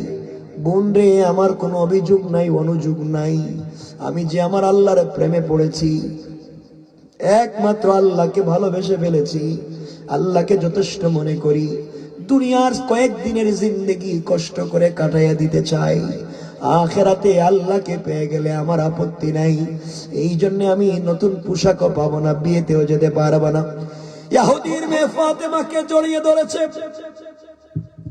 ডাক দিয়া বলছে, বোন রে তুমি আমাকে কতদিন একটা কথা বলেছ, তুমি আমাকে অনেকদিন বলেছ ফাতেমা তুমি একমাত্র সৃষ্টিকর্তার প্রেমে পাগল, তাকে ছাড়া তোমার ভালো লাগে না। তুমি আমাকে বলেছো তোমার সৃষ্টিকর্তা আসমানকে জমিন, জমিনকে আসমান বানাইতে পারে, 1 মিনিটে সবকিছু পরিবর্তন করে দিতে পারে। এত এত ক্ষমতার মালিক যদি আল্লাহ হয়, যার জন্য এতদিন থেকে তুমি প্রেমে পাগল, সারা রাত নামাজে দাঁড়াইয়া তার সঙ্গে কথা বলো, সেজদায় গিয়ে চোখের পানি ছেড়ে তার জন্য কান্দো। ও ফাতেমা, পৃথিবীতে কোনো ছেলের সঙ্গে যদি মেয়ের সম্পর্ক হয়, মেয়েটা যদি ছেলের কাছে কোনো জিনিস চেয়ে বসে, ছেলেটা দিতে না পারলে ঋণ করে হলেও দেওয়ার চেষ্টা করে। আর তোমার আল্লাহ এত এত ক্ষমতা রয়েছে, তোমার আল্লাহ কি পারে না তোমাকে একটা নতুন পোশাকের ব্যবস্থা করে দিতে?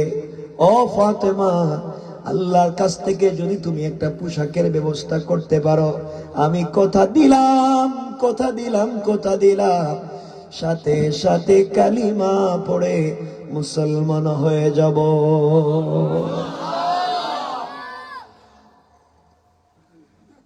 আমার বন্ধুগণ, এক পর্যায়ে ফাতেমা আবেগী হয়ে গেছেন, ডাক দিয়ে বললেন, বোন ইনশাআল্লাহ আমি তোমার বিয়েতে যাব, পৃথিবীর সব থেকে দামি কাপড় পরে যাব।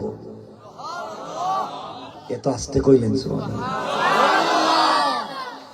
মেয়েটা বাবার কাছে গিয়ে বলছে, আব্বা ফাতেমা কিন্তু বিয়েতে আসবে এবং নতুন কাপড় পরে আসবে। ইহুদি কই, দেখছো নি কারবার, ঘরে খাবার নাই, থাকবার জায়গা নাই, হ্যাঁ আবার ট্রেন দিয়ে নতুন জামা কাপড় পরবে। এই কথাগুলো যেদিন চলতেছে, ওই দিন থেকে বিয়ের দিন 1 মাস বাকি। কয় মাস? এই 1 মাসে 12টা ঘটনা ঘটছে। আরো আমরা সব বাদ দিলাম, ডাইরেক্ট বিয়া। ধরেন আগামীকাল কি বিয়া, আর 1 মাসের ওয়াজ রেখে দিলাম, লম্বা হয়ে যেতেছে, ঠিক না? 1 মাসের ওয়াজ বাতিল, কালকে বিয়া। আগামীকালকে বিয়ে। আজকে সন্ধ্যার সময় মেয়েটা ফাতেমার কাছে এসে বলছে, বোন কালকে আমার বিয়ে, কাপড় পাইছো নি? ফাতেমা মুসকে হাসি দিয়ে বলছে, বোন রে, কাল যে তোর বিয়ে এটা তো আমি ভুলেই গেছি। মেয়েটা কাঁদতেছে আর বলতেছে তাইলে আমার বিয়ে হবে না, তুমি কাপড় যদি না পাও, বিয়েতে যদি না যাও, আমি তো বিয়ে করবো না। ফাতেমা ওই মেয়েটাকে জড়ায় কাঁদতেছেন আর বলতেছেন, মন তুই টেনশন করিস না, লা তাহজান, কিছু মনে করিস না, আমি যে আল্লাহর প্রেমে পাগল, এখন 1 রাত বাকি আছে, আমার আল্লাহ চাইলে 1 রাতের ভিতরে কাপড়ের ব্যবস্থা করে দিবে। এ আওয়াজে না জুড়ে বলেন। মেয়েটা চলে গেছে, গভীর রাত্র হয়ে গেছে, আমাদেরও ফাতেমারও গভীর রাত্রে মুসল্লা বিছাইয়া দিয়েছেন। ফাতেমা সিজদায় গিয়ে কাঁদতেছে আর আল্লাহকে ডাক দিয়া বলেছে, আল্লাহ তাআলা, দীর্ঘদিনের সম্পর্কে তোমার কাছে আমি কোনো জিনিসের আবদার করি নাই, খেয়ে না খেয়ে ভাঙ্গা করে বাবার সঙ্গে থেকে যাই, আখিরাতে তোমাকে পেয়ে যেতে পারি এটাই মনে আশা। আল্লাহ, ফাতেমার সঙ্গে দীর্ঘদিনের তোমার সম্পর্ক, এতদিনের সম্পর্কে ফাতেমা তোমার কাছে কোনো জিনিসের আবদার করে নাই, আয় আল্লাহ তাআলা, আজ আমি একটা জিনিসের আবদার করতে চাই। এটা ফাতেমার চাহিদা পূরণের জন্য না, ফাতেমার সৌন্দর্য বাড়াবার জন্য না, আমার বাবা দিনের দাওয়াত নিয়ে মানুষের বাড়ি বাড়ি বাজারে বাজারে যায়, আমি মেয়ে মানুষ হওয়ার কারণে যেতে পারি না। আয় আল্লাহ তাআলা, তুমি আমাকে একটা কাপড় ব্যবস্থা করে দাও, ওই কাপড় পরে ইহুদির মেয়ের বিয়ে বাড়িতে আগামীকালকে যেতে চাই, ওটা যেন দিনের দাওয়াত হয়ে যায়। আমি ওই কাপড় পরে ইহুদির মেয়ের বিয়ে বাড়িতে যাওয়ার পরে ওই বাড়িতে যত মহিলারা আসবে, সকল মহিলারা যেন আমার কাপড়ের দিকে তাকাইয়া কালিমা পড়ে মুসলমান হয়ে যায়। আরো জোরে পড়েন আল্লাহু আকবার।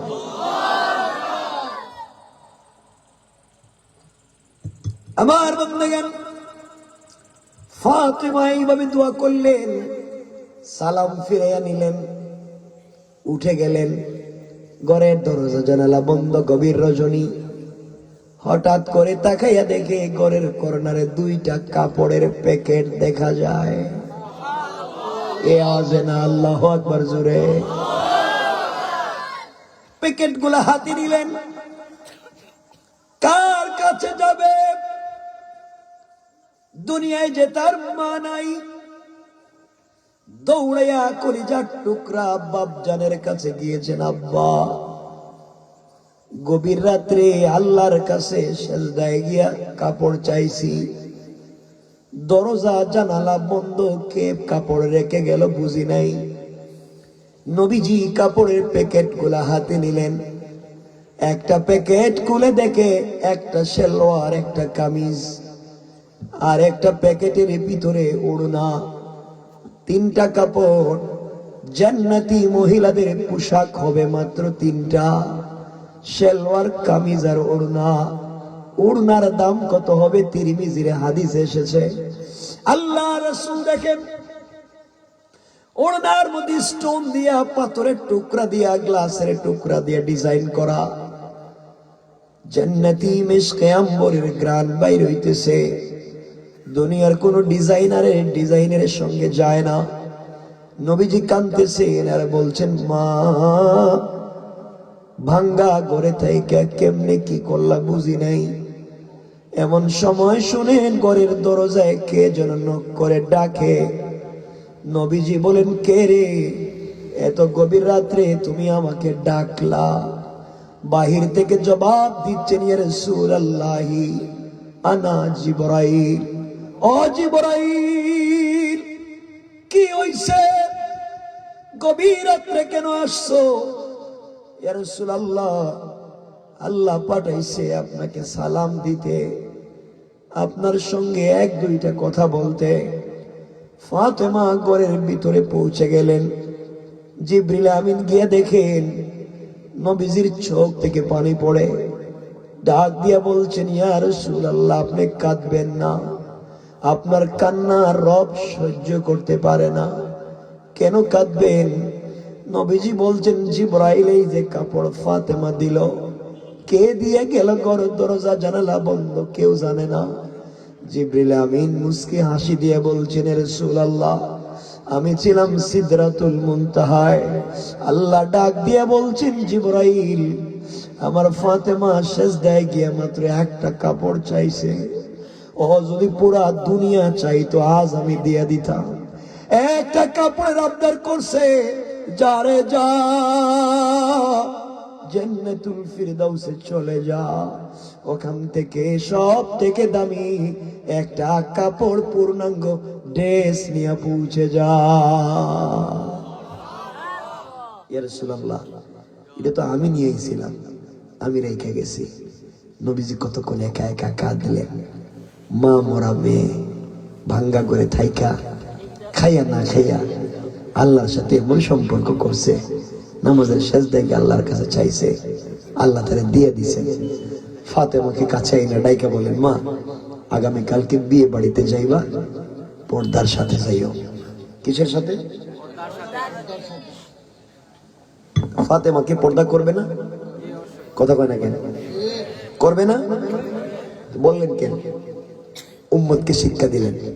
কারণ উম্মতের নারীরা যেই দিন নতুন পোশাক পরে ওই দিন পর্দা করে নি, কিছু কয় না, পর্দা করে। নতুন কাপড়, লিপস্টিক লাগাইছে কয়েক কালারের, নখের মধ্যে লাগাইছে extra ordinary, face extra ordinary করছে। এখন যদি বুরকা পরে কি দেখা যাইব না? এজন্য পর্দা করে না। আল্লাহ রাসূল বলছেন, নতুন কাপড় পরলে পর্দা করো। যাই হোক, লম্বা কথা, কষ্ট হইতেছে মনে হয়, আমি তো কথা রাইখা দিব তো 12:30 তো হয়ে যেতেছে। হ্যাঁ, ডায়াবেটিস নাই? পেশাবে ধরে না?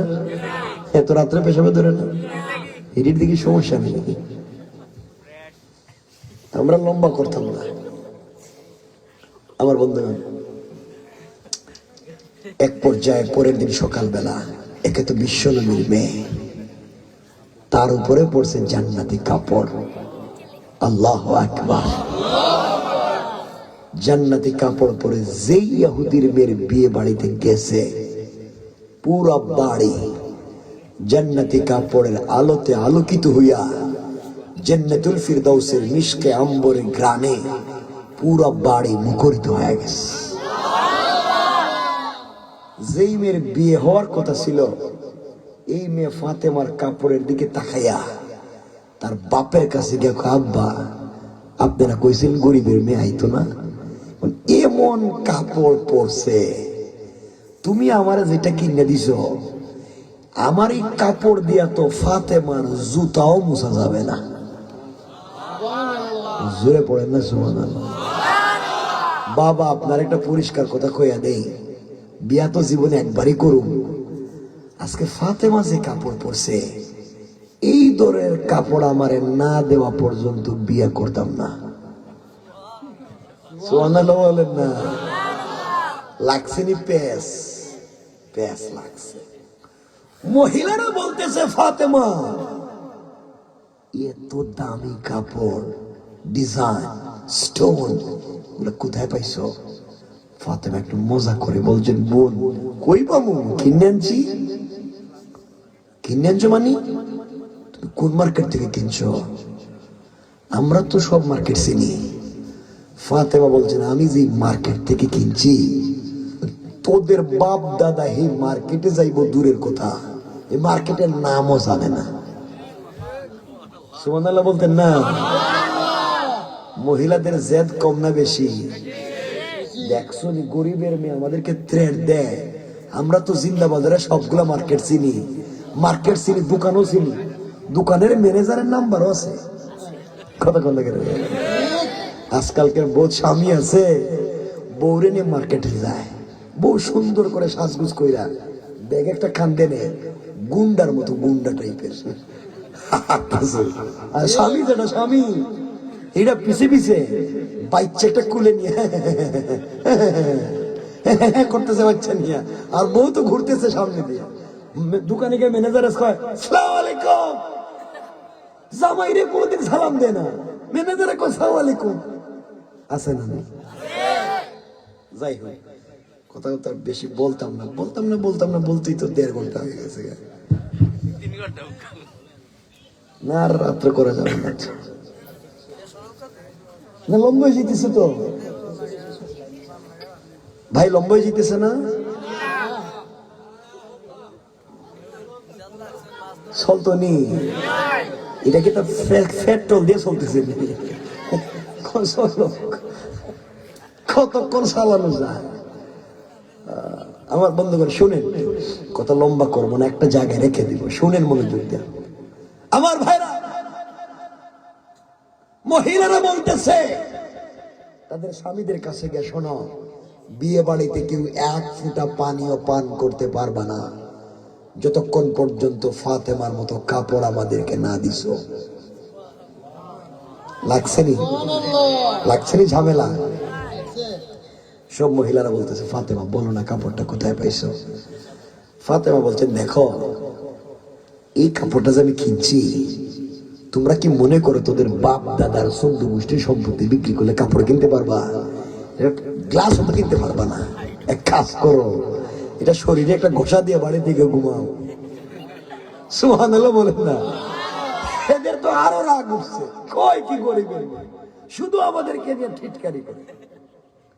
মহিলারা বলছে প্রয়োজনে কিডনি বিক্রি করুক, এরপরও আইফোন 17 প্রো ম্যাক্স একটা কিনা লাগবে। ঠিক কইছি কিনা? এটা যেটা কই ঠিক করে, এটি যেটা কই ঠিক করে। আমার ভাইরা, ফাতেমা বলছেন আমি তো বলতাম না। মহিলারা কোন মার্কেট থেকে কিনছো? এবার ফাতেমা বললেন শোনো, আমি যে মার্কেট থেকে কাপড় কিনেছি ওই মার্কেটের নাম হলো জান্নাত, আর যে দোকান থেকে কাপড় কিনেছি ওই দোকানের নাম হলো জান্নাতুল ফিরদাউস। মহিলারা চিন্তা করে আমাদের মার্কেটের নাম তো শুকরিয়া মার্কেট, বল্টু মিয়ার মার্কেট, হেডি দিকে জান্নাত কয়, জান্নাতুল ফিরদাউস কয় না, আমি তো শুনি নাই। ফাতেমা এটা কোন দিকে যায়, রাস্তাটা কোন দিকে? এটা কিনা ডলিয়ার মুখ থেকে বাইরে, কিনা ভার্সিটির ভিতর দিকে বাইরেছিল, গেল কোন দিকে? রাস্তাটাই মার্কেটে, রাস্তা কোন দিকে? ফাতেমা বলছেন শোনো, যেই দোকান থেকে কাপড় কিনেছি ওই দোকানের নাম জান্নাতুল ফিরদাউস, যেই মার্কেট থেকে কিনেছি মার্কেটের নাম জান্নাত, আর যে রাস্তা দিয়ে দোকান পর্যন্ত গিয়েছি ওই রাস্তা হলো ইহদিনাস সিরাতাল মুস্তাকিম।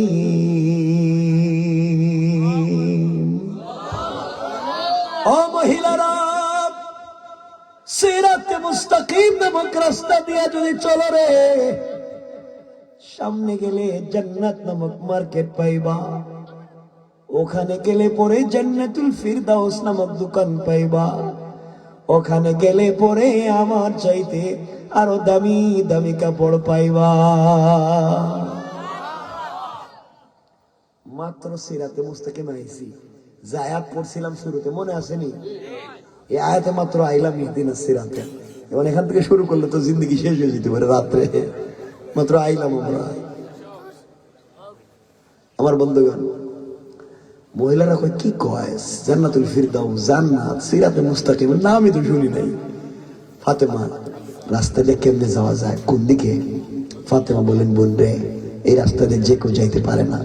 এই রাস্তা ভিআইপি রাস্তা, সিকিউরিটি আছে, এই রাস্তা দিয়ে চাইলে যাওয়া যায় না। রাস্তা দিয়ে যেতে গেলে আইডি কার্ড লাগবে, পরিচয় পত্র লাগবে। আইডি কার্ড থাকলেই হবে না, পরিচয় পত্রে একটা গোপন পিন নাম্বার আছে, ওই পিন নাম্বার মনে রাখতে হবে। আপনার এটিএম কার্ড আছে, পিন নাম্বার মনে নাই, জিন্দেগিতেও টাকা তুলতে পারবেন? বলেন। ফাতেমা বলছেন আইডি কার্ড থাকলে হবে না, পিন নাম্বার মনে রাখা লাগবে। মহিলারা বলছে, ফাতেমা বল না আইডি কার্ডটা কি আর পিন নাম্বারটা কি? ফাতেমা বললেন, বোন রে, এই আইডি কার্ডের নাম হলো ইসলাম, আর পিন নাম্বার হলো লা ইলাহা ইল্লাল্লাহ মুহাম্মাদুর রাসূলুল্লাহ। মহিলারা, লা ইলাহা ইল্লাল্লাহ নামক পিন নাম্বার যদি মনে প্রাণে ধারণ করতে পারো রে, আর ইসলাম নামক আইডি কার্ড যদি সঙ্গে রাখতে পারো, সামনে গেলে সিরাতে মুস্তাকিম নামক রাস্তা পাইবা, আর সামনে গেলে জান্নাত নামক মার্কেট পাইবা। ওখানে গেলে পরে আমার চাইতে আরো দামি দামি কাপড় পাইবা। মহিলারা বলছে, মানলাম সব ঠিক, কিন্তু এই মার্কেটে গেলা কেমনে, কাপড় কিনলা কেমনে, তুমি যে গরিব? ফাতেমাকে, দূর, কে কইছে কিনছি, এতক্ষণ মজা করলাম, কিনি নাই। আমার একজনের সাথে প্রেম, আমি তারে ভালোবাসি, হ্যাঁ আমারে ভালোবাসে, তার সাথে আজকে রাত্রে অভিমান করে কইছি একটা কাপড় দিত, বলতেই কাপড় পাঠায় দিস। মহিলারা কয়, আমরাও তো প্রেম করি, আমাদের প্রেমিক তো 2 টাকা দিয়ে বাদামও কিনে দেয় না, আর দেও যদি হে নিজে ওর দিয়ে খায় ফেলায়। এটাই তো কোন কথা হইল? ফাতেমা বললেন, বললে এই লাইনে যাইতে। মহিলারা কয়, বোন, আইডি কার্ড কোন চেয়ারম্যান দেয়, কোন এলাকার থেকে আইডি কার্ড বিতরণ হয়, যে আইডি কার্ড নিয়ে তুমি গেছিলা? ফাতেমা বলেন, এবার লাইনে এসো, আইডি কার্ড পৃথিবীর কেউ বিতরণ করে না, পিন নাম্বার পৃথিবীর কেউ বিতরণ করে না, এই আইডি কার্ড বিতরণ করেন একমাত্র আমার আব্বা। তোমরা আমার বাপরে দেখতে পারো না, বাপরে গালিগালাজ করো, কিন্তু বাপই তো ইসলামের আইডি কার্ড দেয়, বাপই তো পিন নাম্বার দেয়। মহিলারা কয়, ফাতেমার বাপ যদি এত এইটাই দেয়, আর ফাতেমাকে যদি এই কার্ড দিয়ে এই মালিকের সঙ্গে পরিচয় করাইয়া দিছে, গরিবের মেয়ে হয়ে অত দূরে গেছে, আমরা যাইতে পারতাম না কেন? ফাতেমা, প্রয়োজনে স্বামী ছেড়ে দিব, বাপ মা ছেড়ে দেব, ভাই বোন ছেড়ে দিব, বাচ্চা কাচ্চা ছেড়ে দেব, এরপর এই কালিমা পড়া ওই মালিক পর্যন্ত যাইতে চাই। এই কথা বলে লম্বা কথা সংক্ষেপ করে দিলাম। এই কথা বলে ফাতেমার কাপড়ের দিকে তাকায়া একসাথে 350 জন মহিলা অথবা 372 জন মহিলা কালিমা পড়ে মুসলমান হয়ে যায়। আমার ভাইরা, এই বাড়ির সব মহিলারা মুসলমান হয়ে গেছে গা, পুরুষ একটা হইছে, কথা কয় না? কি জ্ঞান জাম চলতেছে চিন্তা করেন। যে মেয়ের বিয়ে হওয়ার কথা, হ্যাঁ মুসলমান হয়ে গেছে, তার স্বামী মুসলমান হয় নাই। কি অবস্থা চলতেছে বাড়িতে? ফাতেমা কোন অবস্থায় আছে? ফাতেমা কেমনে নিজের বাড়ি পর্যন্ত ইজ্জত নিয়ে আসবেন? ফাতেমার পরনের কাপড়টা বর্তমানে কই আছে? ইব্রাহিমকে নমরুদের সময় একটা, নমরুদের আগুনে আল্লাহ একটা কাপড় দিয়েছিলেন, ওইটা কই? ইউসুফ আলাইহিস সালামকে গর্তের ভিতরে একটা কাপড় দিয়েছিলেন, ওইটা কই? ফাতেমাকে আল্লাহ যেটা দিলেন, এটা কই? আর কইতাম না, বুঝছেন? আর ওয়াজ করতাম না, আজকে এখানে রাখতে দিলাম। এখন বাড়ির ভিতরে সব পুরুষ অমুসলমান, সব নারীরা মুসলমান, কি করতেছে আর কইতাম না। যে মেয়ের বিয়ে হওয়ার কথা, এই মেয়ে মুসলমান হইছে, ছেলে মুসলমান হই নাই, কি গ্যাঞ্জাম বাড়িতে চলতেছে, এটাও কইতাম না। ফাতেমা এখন কেমনে বাড়িতে আইবেন, ইজ্জত কেমনে বাঁচাইবেন, কেমনে আইবেন, এটাও কইতাম না, সব রাখতে দিলাম। 12:30 হয়ে গেছে গা, আর কত কইতাম?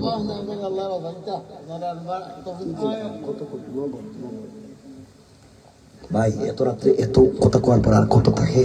কত কথা কোয়া যায়? সবাই একটু হাত তুলেন আমার মতো, যে আমি তুলছি।